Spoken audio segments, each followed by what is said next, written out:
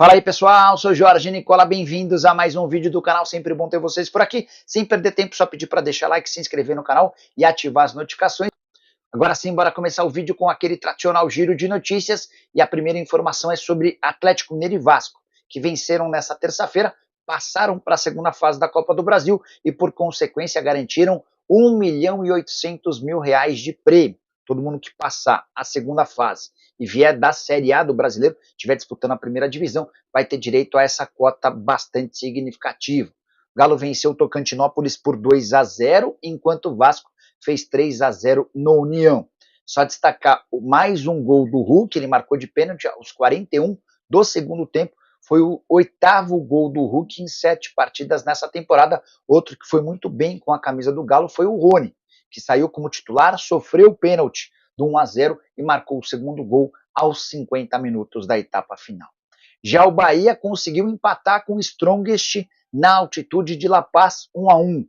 O Strongest teve um jogador expulso aos 7 minutos, ainda assim abriu o placar na primeira etapa. No meio do segundo tempo, William José aproveitou um rebote do goleiro para garantir números finais. Com esse empate, o Bahia joga por qualquer vitória na partida da volta na semana que vem em Salvador para passar para a terceira fase de mata-mata antes da fase de grupos da Libertadores da América. A saideira sobre o giro de notícias, Dorival Júnior estará presente na Vila Belmiro na noite dessa quarta-feira para assistir a Santos e Noroeste.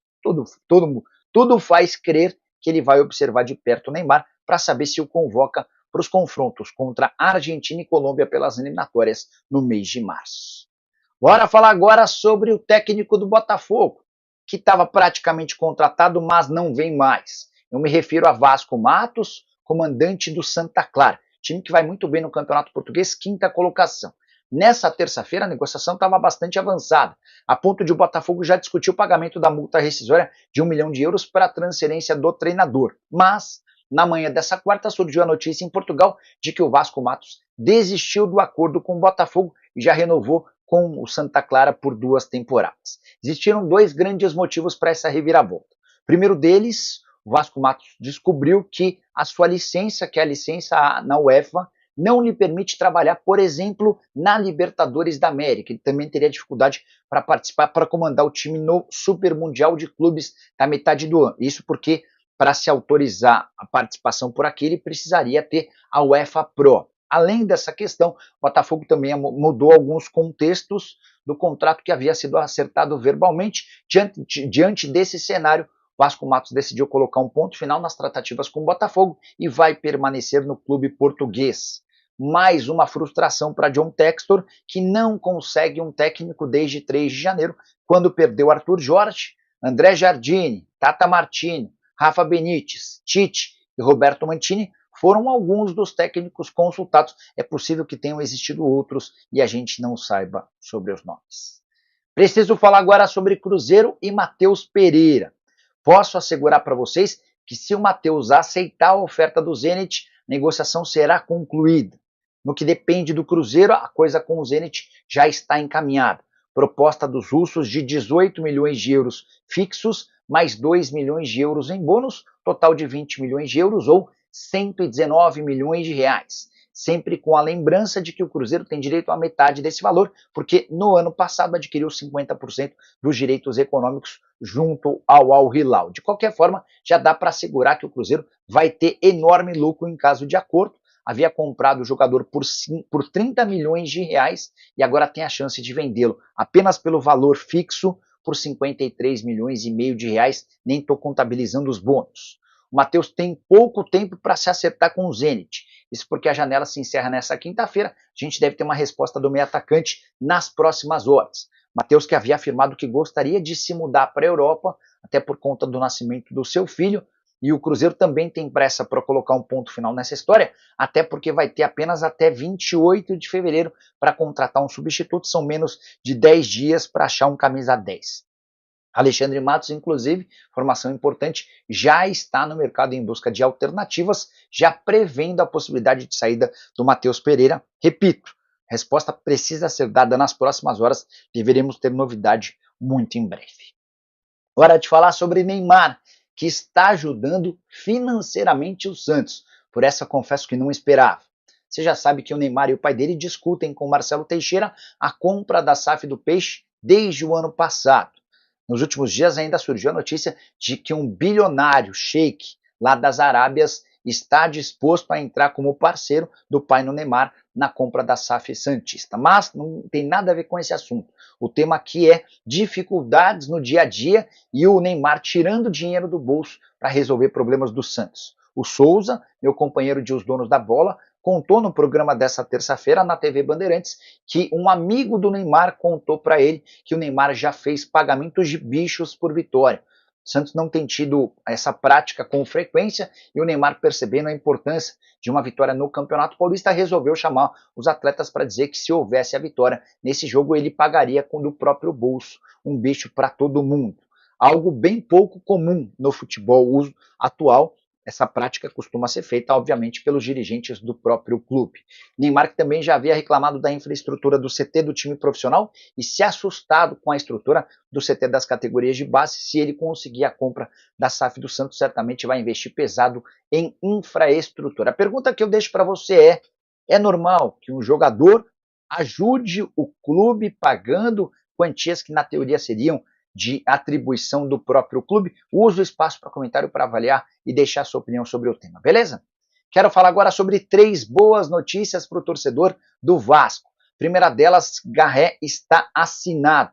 Atacante argentino de 30 anos de idade que pertencia ao Krylia Sovetov.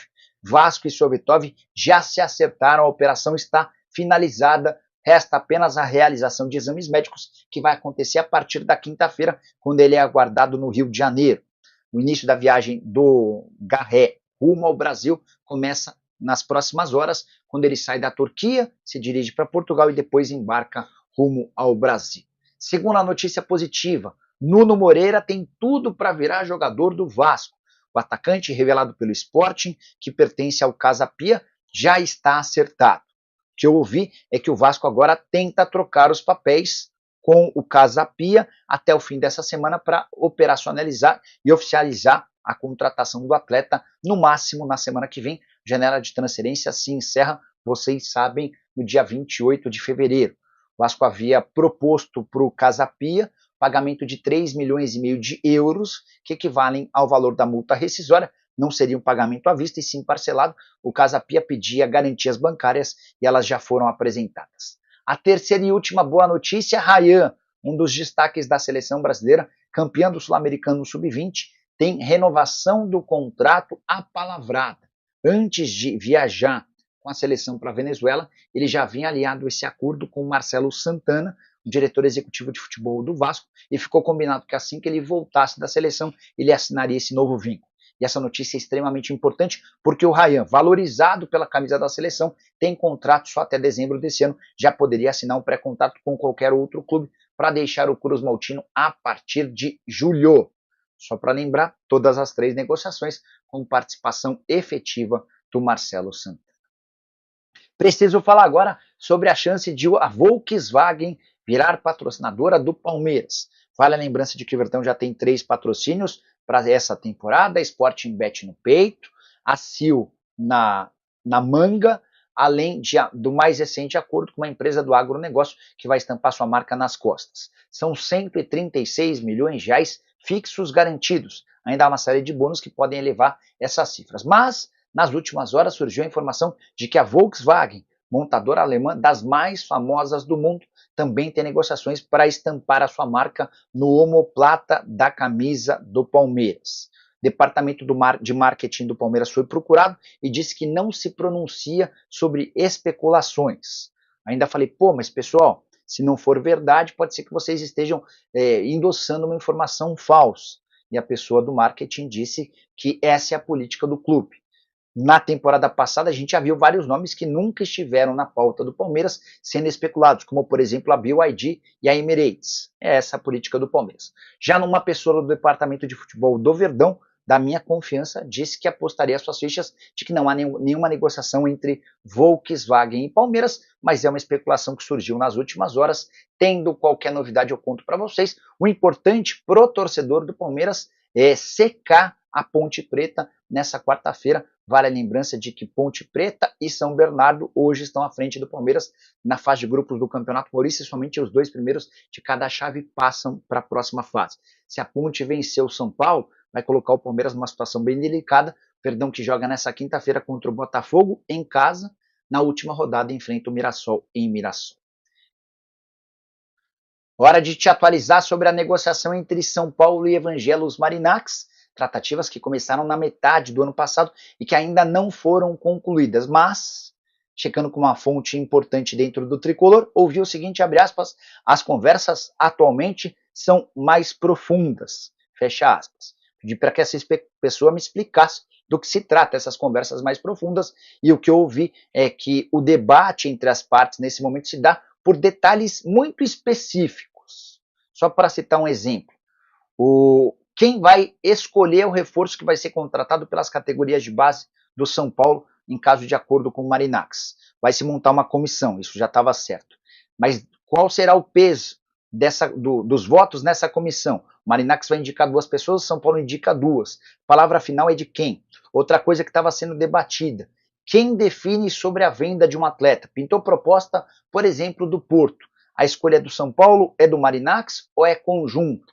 São Paulo e Marinax já estão acertando esses mínimos detalhes antes de confirmar o acordo, que prevê o aporte de 100 milhões de dólares nos próximos 5 anos, para que o São Paulo se torne o clube que mais investe em categorias de base da América do Sul. A ideia é transformar o São Paulo num super clube de base, promovendo para o time principal os melhores jogadores do continente. O otimismo no Tricolor em relação ao acordo com o Marinax continua, e o São Paulo bate na tecla de que esse acordo pode mudar o status do clube, resolvendo dívidas e tornando o São Paulo extremamente competitivo e campeão, como em outros tempos. Quero falar agora sobre o adversário do Corinthians na noite desta quarta-feira. O Timão visitará a Universidade Central da Venezuela. Jogo marcado para Caracas, capital venezuelana, partida marcada para 21h30. Só para lembrar, essa é a segunda fase de playoff antes da fase de grupos. O Corinthians precisa passar pela Universidade Central e por mais um adversário se quiser chegar à fase de grupos da principal competição continental do nosso futebol. Importante lembrar que a Universidade Central havia sido fundada em 1952 e tem somente um título de primeira divisão do Campeonato Nacional de 1957, faz bastante tempo. Equipe que na atual temporada tem apenas 4 partidas, uma vitória, 2 empates e uma derrota, 8ª colocação no campeonato venezuelano. Se a gente ampliar esse retrospecto e pegar jogos do ano passado, nas últimas 10 partidas da Universidade Central, são 3 vitórias, 4 empates e 3 derrotas. A única vitória em 2025 foi justamente no jogo mais recente contra o Estudiantes de Mérida. Equipe que é comandada por Daniel Sasso. Esse é um técnico de 42 anos, venezuelano, que é mais habitual escalar o seu time no 4-2-3-1. Os grandes destaques da Universidade Central são Ortiz, atacante venezuelano de 38 anos de idade, e Zapata, atacante colombiano, bem mais jovem, 30 anos, contratado na temporada passada do Atlético Nacional da Colômbia. Esses dois foram artilheiros da equipe na temporada passada. O Corinthians é bem favorito a passar pela Universidade Central. E eu não descartaria a possibilidade de o Corinthians voltar com uma vitória de lá. Um empate também não seria um resultado surpreendente. O que vai me surpreender mesmo é se o Corinthians perder na partida dessa quarta. E você, o que pensa sobre esse primeiro adversário do Timão? Já usa o espaço para comentário, só não esquece de deixar like, de se inscrever no canal. Seja bem-vindo ao canal de notícias do Botafogo. Aqui você fica por dentro de tudo sobre o nosso glorioso. Antes de seguirmos com essa grande novidade, já se inscreva no canal e ative as notificações para não perder nenhuma atualização sobre o Fogão. Agora, vamos ao que interessa. Uma informação quente movimentou os bastidores do Botafogo nos últimos dias. O clube teria demonstrado interesse na contratação de um dos maiores atacantes do futebol europeu na última década. Trata-se do experiente artilheiro bósnio Edin Dzeko, que atualmente defende o Fenerbahçe. Com passagens brilhantes por clubes como Manchester City, Roma e Inter de Milão, o atacante acumula uma carreira recheada de gols e títulos. Mas será que essa negociação tem chance de acontecer? Dzeko, de 37 anos, continua mostrando sua qualidade mesmo em uma fase avançada da carreira. No Fenerbahçe, ele tem sido peça-chave, mantendo sua veia goleadora e liderança dentro de campo. O Botafogo, que busca reforços de peso para brigar por títulos, enxerga no atacante uma oportunidade de agregar experiência e poder de fogo ao elenco. A possível chegada do bósnio ao futebol brasileiro seria um dos maiores impactos do mercado de transferências recente. No entanto, a negociação não será simples. O maior desafio envolve a questão financeira. Deco tem um salário elevado e ainda possui contrato vigente com o clube turco, o que significa que qualquer investida do Botafogo exigiria um esforço financeiro considerável. Além do salário, há a necessidade de um acordo com o Fenerbahçe, que dificilmente liberaria um de seus principais jogadores sem uma compensação significativa. Isso sem contar as luvas e bonificações que um jogador desse nível normalmente exige. O Botafogo, mesmo com o respaldo financeiro de John Textor, precisa avaliar cuidadosamente se essa contratação se encaixa dentro da estratégia do clube para a temporada. Outro ponto importante é a adaptação. Deco construiu toda a sua carreira no futebol europeu, passando por grandes ligas como a Bundesliga, Premier League, Série A e agora Super League turca. Mudar para o futebol sul-americano, especialmente para um campeonato tão intenso e físico como o Brasileirão, representaria uma transformação em sua rotina dentro e fora de campo. O calendário apertado, as longas viagens e a diferença de estilo de jogo são fatores que poderiam pesar na decisão do atacante. Será que ele estaria disposto a abrir mão da estabilidade que tem no futebol europeu para se aventurar no Brasil? Além disso, sua família pode ser um fator decisivo na negociação. Aos 37 anos, Deco não está apenas pensando em seu futuro dentro de campo, mas também no bem-estar de sua esposa e filhos. A mudança para o Brasil significaria um grande ajuste em sua vida pessoal, algo que pode ser um obstáculo. No entanto, há casos de jogadores que decidiram dar esse passo no fim da carreira, seja pela experiência de jogar em um novo continente ou pelo desafio esportivo. Se o projeto do Botafogo conseguir convencê-lo de que essa mudança vale a pena, a negociação pode ganhar força. Por outro lado, o projeto ambicioso do Botafogo pode ser um atrativo. O clube tem demonstrado um crescimento constante desde a chegada da SAF, com reforços de peso e uma estrutura cada vez mais profissional. A ideia de disputar títulos e ser protagonista em um clube que está se reerguendo pode despertar o interesse de Deco. Além disso, o carinho da torcida alvinegra, que certamente o trataria como ídolo, seria um fator extra para seduzi-lo. Muitos jogadores estrangeiros que passaram pelo futebol brasileiro relataram o impacto positivo da paixão das torcidas, e isso pode ser algo a se considerar. E aí surge a grande questão: Deco estaria disposto a encarar um novo desafio no futebol sul-americano? Seu histórico mostra que ele nunca teve medo de se desafiar, tendo saído da modesta Liga Bósnia para brilhar nos maiores palcos do futebol mundial. Mas aceitar essa mudança neste momento da carreira é uma decisão complexa, que envolve tanto o lado esportivo quanto o pessoal. Resta saber se o Botafogo conseguirá oferecer uma proposta convincente o suficiente para que o bósnio aceite escrever um novo capítulo em sua trajetória no futebol. John Textor já deixou claro que quer reforçar o time com nomes de peso, e o ataque é uma das prioridades. A possível vinda de um jogador do calibre de Deco aumentaria não só a qualidade do elenco, mas também o peso do Botafogo no cenário internacional. Nos últimos anos, o clube tem se reestruturado e mostrado que está disposto a competir com os gigantes do futebol. Essa movimentação pelo bósnio pode ser mais uma prova da nova mentalidade da equipe. Mas e você, torcedor botafoguense, acredita que essa negociação pode acontecer? Deco cairia bem no ataque do Fogão? Deixe sua opinião nos comentários. E não se esqueça de se inscrever no canal e ativar as notificações para ficar por dentro de todas as novidades do Botafogo. Fique ligado, porque essa história ainda pode ter novos capítulos.